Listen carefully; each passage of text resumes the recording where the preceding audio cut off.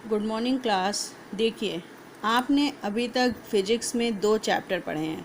First chapter आपका था coulombs law और सेकंड चैप्टर आपका था Gauss theorem.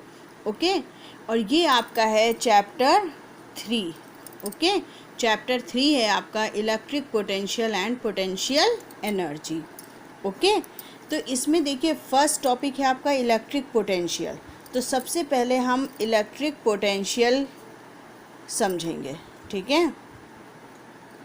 Electric potential, okay. अब इलेक्ट्रिक पोटेंशियल क्या होता है, देखिए समझिए। मान लीजिए कि ये इलेक्ट्रिक फील्ड है हमारी, ठीक है, और इलेक्ट्रिक फील्ड में एक चार्ज प्लस क्यू रखा हुआ है, ठीक। अब इसके चारों तरफ इलेक्ट्रिक फील्ड है, ठीक है। अब प्लस क्यू चार्ज रखा हुआ है यहाँ पर। अब हम क्या करेंगे कि एक अदर चार्ज है प्लस क्यू नॉट। कौन सा चार्ज है? प्लस क्यू नॉट, ठीक है। उस चार्ज को इन्फिनिटी से इलेक्ट्रिक फील्ड के अंदर लाने में, ठीक है, ये इलेक्ट्रिक फील्ड के बाहर है, इन्फिनिटी पर कहीं है।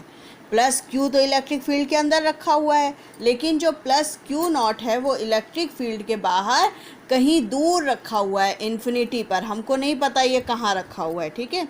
तो इन्फिनिटी से इसको उठाकर इलेक्ट्रिक फील्ड के अंदर हम लाएंगे, मतलब यहाँ पर ले आएंगे, समझे ये, ठीक।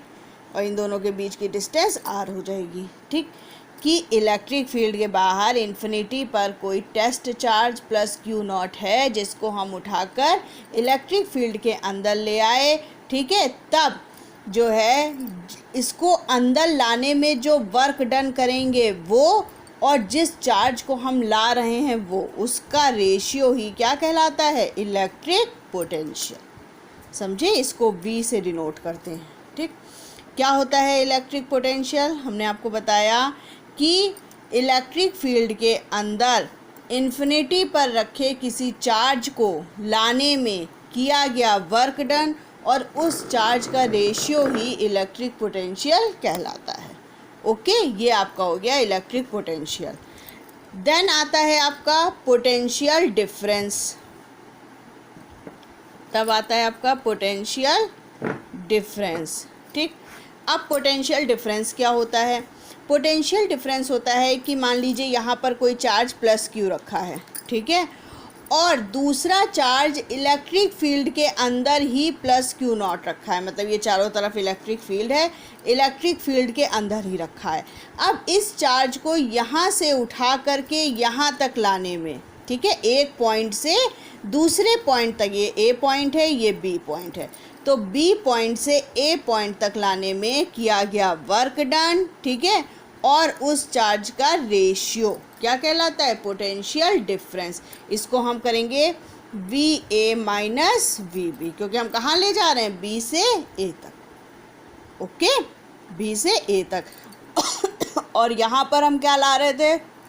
इन्फिनिटी से ए तक ला रहे थे, ये पॉइंट हमने ए ले लिया, इन्फिनिटी से ए तक ला रहे थे, ठीक। तो क्या आ जाएगा? V A minus we infinity, जिसको हम वी ए ही लिखेंगे, समझे। और इसको हम कहाँ ला रहे हैं? बी से ए तक की, तो क्या आ जाएगा? V A minus we b, ठीक। तो इलेक्ट्रिक पोटेंशियल और पोटेंशियल डिफरेंस में आपको अंतर समझ में आया? इलेक्ट्रिक पोटेंशियल क्या है? इन्फिनिटी से किसी चार्ज को इलेक्ट्रिक फील्ड के अंदर लाने में वर्क डन और उस चार्ज का रेशियो क्या कहलाता है? Electric potential. और पोटेंशियल डिफरेंस क्या है? इलेक्ट्रिक फील्ड के अंदर ही किसी चार्ज को एक पॉइंट से उठा करके दूसरे पॉइंट पर ले आना क्या कहलाता है? Potential difference. ओके, ये है दोनों में अंतर, ठीक। अब क्या है इसकी यूनिट एंड डायमेंशन, ठीक। तो यूनिट क्या हो जाएगी? V इक्वल टू फॉर्मूला हमको आ निकल के आया W upon Q not. W क्या है? वर्क डन, तो जूल हो गई यूनिट। क्यू नॉट क्या है? कूलाम, तो यूनिट क्या हो गई? जूल पर कूलाम, ठीक। और इसकी एक यूनिट होती है वोल्ट, ठीक। और इसकी क्या यूनिट होगी? वोल्ट, ठीक। जूल पर कूलाम को हम क्या बोलेंगे? Volt, okay. अब देखिए डायमेंशन। डायमेंशन हमारी क्या हो जाएगी? W की डायमेंशन, वर्क की डायमेंशन क्या होगी?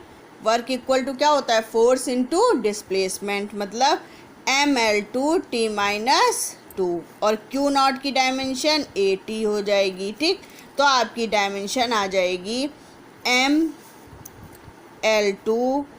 ओके, ML2 T -1 ऊपर जाएगा तो ऐड हो जाएगा -3A -1, ये आपकी हो जाएगी डायमेंशन। Okay, clear.